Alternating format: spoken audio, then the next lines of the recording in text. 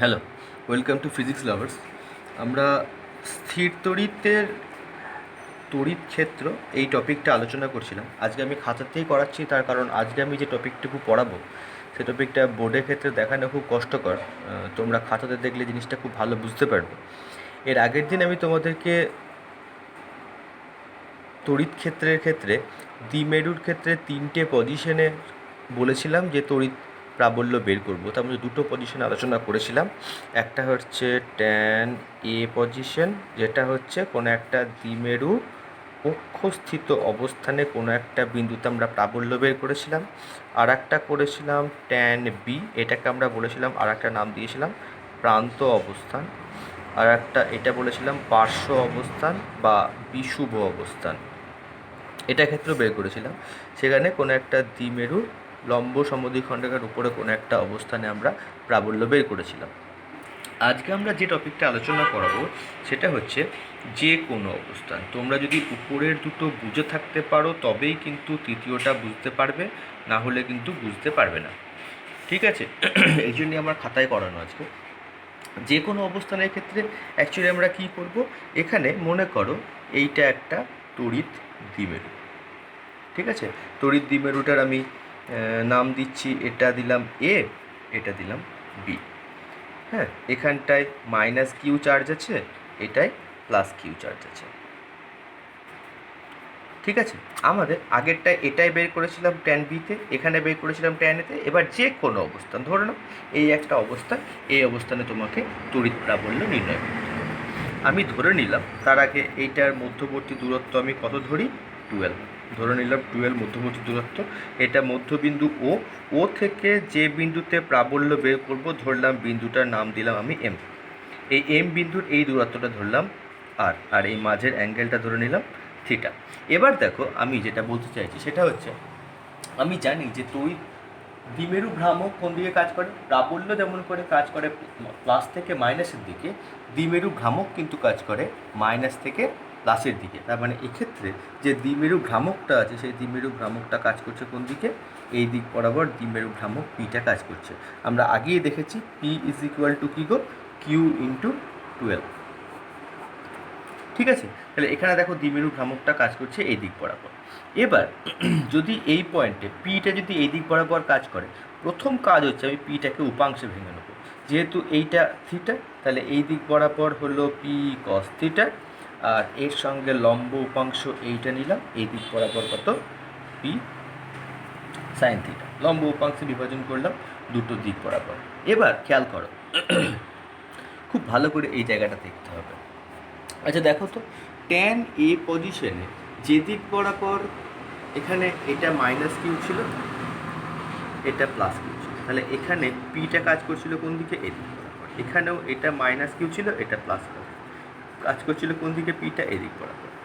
এখানে দেখো, এখানটা দেখো যে দিক বরাবর পি কাজ করছে আমি বিন্দুটা কিন্তু সেই দিক বরাবরই করছি। আর এখানে দেখো যে দিক বরাবর পিটা কাজ করছে আমি তার সঙ্গে লম্ব দিক বরাবর বিন্দুটা নিয়েছি। তাহলে দেখো এখানে পি কস থিটা কাজ করছে কোন দিকে, দেখো এই দিক বরাবর পি কস থিটা কাজ করছে। খেয়াল করে দেখো পি কস থিটা যে দিক বরাবর কাজ করছে, এম পয়েন্টটা কিন্তু অ্যাকচুয়ালি জিনিসটা কিন্তু ছবিটা কিন্তু এরকম, অ্যাকচুয়ালি ছবিটা এরকম। এবার দেখো যে দিক বরাবর পি কস থিটা, খাতাটাকে আমি এরকম করে ঘুরিয়ে নিলাম, তাহলে পি কস থিটা যে দিক বরাবর কাজ করছে, তাহলে অ্যাকচুয়ালি খাতাটা ছিল এরকম করে। আমি যদি এবার খাতাটাকে ঘুরিয়ে নিই তাহলে দেখো যে দিক বরাবর পি কস থিটা কাজ করছে, এম পয়েন্টটা দেখো সেই দিক বরাবরই অবস্থিত, ঠিক ট্যান এ পজিশনের মতো। ট্যান এ পজিশনে দেখো যে দিক বরাবর পি কাজ করছে বিন্দুটা আমি সেই দিক বরাবর নিয়েছিলাম। এখানে দেখো যে দিক বরাবর পি কস থিটা কাজ করছে এম বিন্দুটা সেই দিক বরাবর নিয়েছে।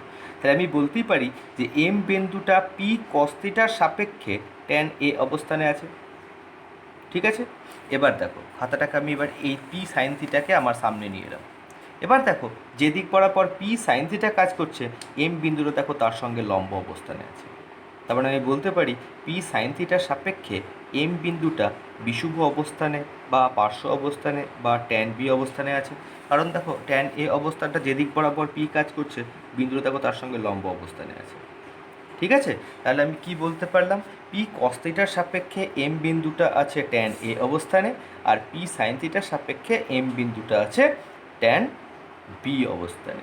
ঠিক আছে, তাহলে আমরা এবার যখন ক্যালকুলেশন করব, দেখো আমরা যখন ক্যালকুলেশন করব তাহলে কি লিখব, এখানে আগে আমি একটু লিখে নিচ্ছি, পি কস থিটা এর সাপেক্ষে এম বিন্দু আছে ট্যান এ অবস্থানে, তাহলে তার রেসপেক্টে আমি E1 ধরলাম। ট্যান এ অবস্থানে ই এর ফর্মুলা কি হয়, ট্যান এ অবস্থানে ই এর ফর্মুলা কি হয়, ট্যান এ অবস্থানে ই এর ফর্মুলা হয়, দেখো 1/4πε0 2p/r³, 2p/r³। তাহলে এক্ষেত্রে 2p বলতে তাহলে প্রথমে 1/4πε0 2p এর জায়গায় পুট করলাম 2p cos θ/r³, এক নম্বর সমীকরণ দিলাম, হলো। এরপর পি সাইন থিটার সাপেক্ষে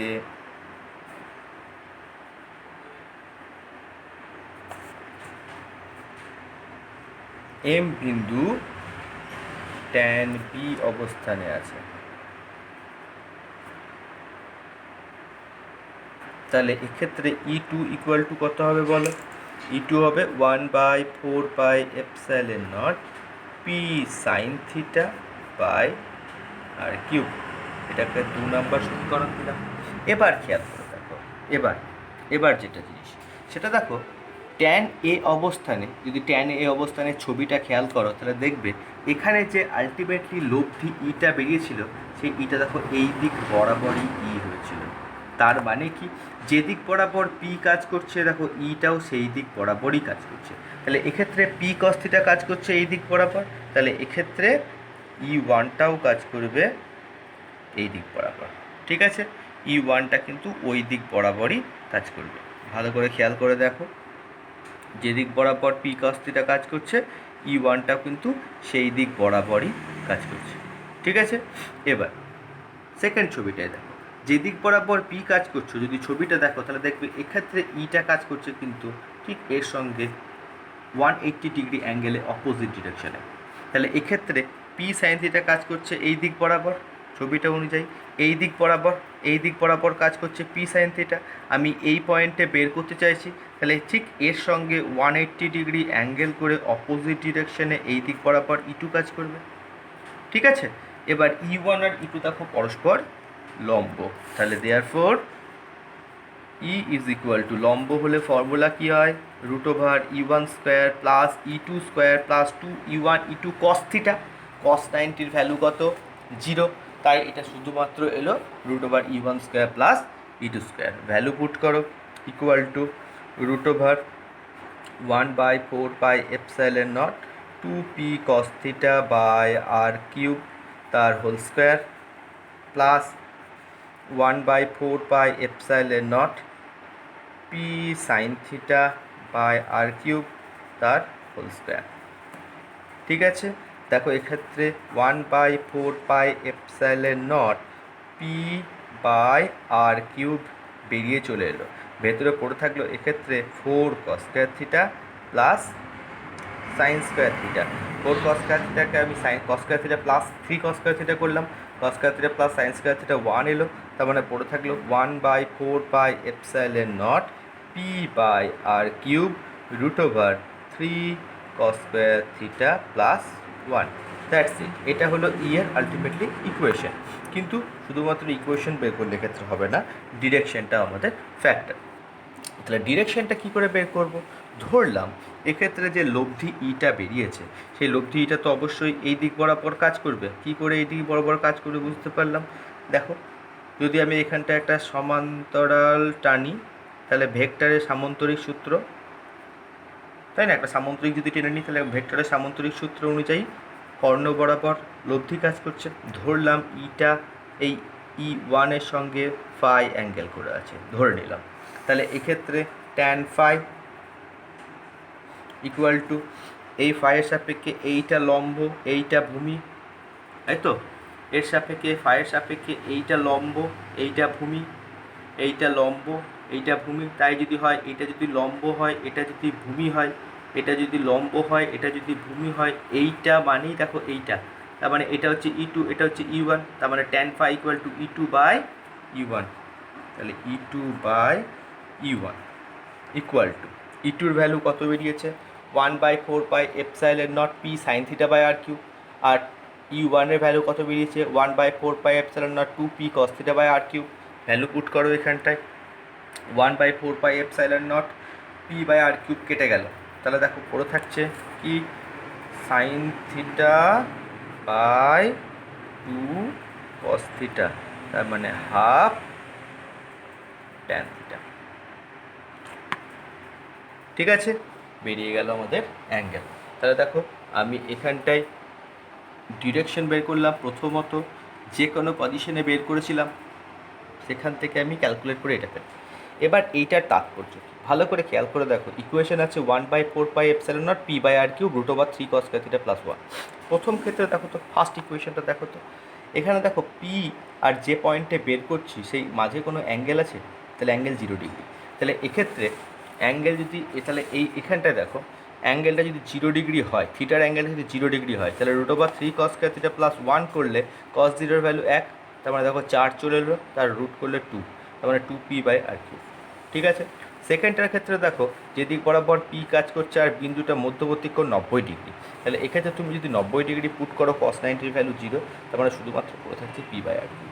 তার মানে আমি ট্যান এ অবস্থান বা ট্যান বি অবস্থান, পার্শ্ব অবস্থান বা প্রান্ত অবস্থান দুটোই কিন্তু আমি যে কোনো অবস্থান থেকে পেয়ে যাচ্ছি। তার মানে যে কোনো অবস্থানটা হচ্ছে ওই দুটোর মিলিত অবস্থান যে কোনো জায়গায়। ঠিক আছে, এটা গেল আমাদের থার্ড ক্যালকুলেশন। এবার এই চ্যাপ্টারের আর একটুখানি টপিক বাকি আছে, ওই একটুখানি টপিকটা আমি বলে দিচ্ছি। দেখো নেক্সট টপিক যেটা বাকি আছে, যদি কোনো একটা দ্বিমেরুকে, মনে করো এই একটা দ্বিমেরু আছে, সাপোজ এই দিক বরাবর কোনো একটা তড়িৎ ক্ষেত্র কাজ করছে, এদিক বরাবর তড়িৎ ক্ষেত্র কাজ করছে, একটা তড়িৎ ক্ষেত্র কাজ করছে, এর মধ্যে কোনো একটা দ্বিমেরুকে রাখা আছে, যে দ্বিমেরুটার এটা মাইনাস কিউ, এটা প্লাস কিউ। এই মাঝের যে অ্যাঙ্গেলটা করে রেখেছে এ, মানে দ্বিমেরুর সঙ্গে যে মধ্যবর্তী অ্যাঙ্গেলটা করে রেখেছে ধরলাম এইটা থিটা। ঠিক আছে, তাহলে এই তড়িৎ ক্ষেত্র কী করবে, আমরা জানি তড়িৎ ক্ষেত্র কাকে বলে, যে কোনো আধানের উপর বল প্রয়োগ করবে। তাহলে এও দেখো এই দ্বিমেরুর কিন্তু প্লাস কিউ মাইনাস কিউ দুটো আধানের উপরেই বল প্রয়োগ করবে। প্লাস কিউ আধানের উপর কত বল প্রয়োগ করে, আমরা জানি F equal to F by Q, তার মানে F equal to Q E, তাই তো। তাহলে এফ ইকুয়াল টু যদি কিউ ই হয়, এই দিক বরাবর এর উপর যে বলটা কাজ করবে সেটার ভ্যালু কত হবে কিউ ই, এর উপরে যে বলটা কাজ করবে সেটাও কিন্তু কিউ ই হবে, ডিরেকশন এইদিকে হবে। কেন, কারণ ও তো একক ধনাত্মক আধানের উপর বল প্রয়োগ করে, ধনাত্মক আধানের উপর ওই দিক বরাবর যদি কিউই কাজ করে, এটা মাইনাস কিউ, তাহলে এর উপরেও কিউই বল কাজ করবে, কিন্তু এটা নিচের দিকে কাজ করছে। ঠিক আছে, এবার দেখো দুটো সমান্তরাল বল, এই মধ্যবর্তী দূরত্ব কত 12। এবার দেখো দুটো সমান্তরাল বল একযোগে কোনো একটা বস্তুর উপর কাজ করলে টর্ক তৈরি হয়, তাহলে টর্কের ভ্যালু কত হয়, এটার নাম দিলাম এ, এটার নাম দিলাম বি, এটার নাম দিলাম সি। আমরা কি জানি যে কোনো একটা বলের মান তাদের মধ্যবর্তী লম্ব দূরত্বের গুণফলটাই হচ্ছে টর্কের মান। দেয়ারফর টর্ক ইকুয়াল টু যে কোনো একটা ফোর্স কত কিউ ই, ফোর্স কত কিউ ই, আর এদের মাঝে লম্ব দূরত্ব বলতে কোনটা দেখো পিসি, তাই তো। তাহলে কিউ ই ইন্টু বিসি, এটাই হচ্ছে টর্কের মান।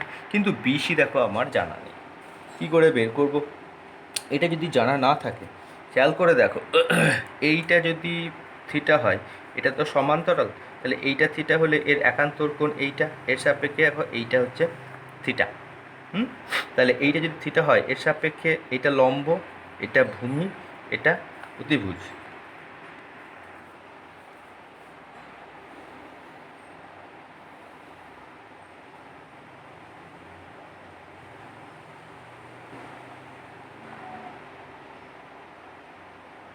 এক সেকেন্ড থামো,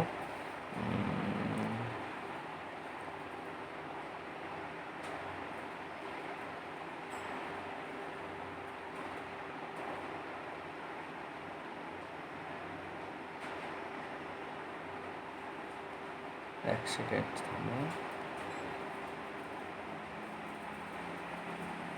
আচ্ছা না, আমি না এইটাকে থিটা না ধরে আমি এইটাকে থিটা ধরলাম। কেন? কারণ এই দিক বরাবর তো এটাও তো একই রকমভাবে ই কাজ করছে।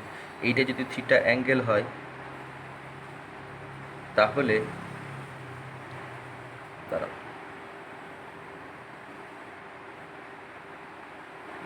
এইদিকে বরাবর ই কাজ করছে,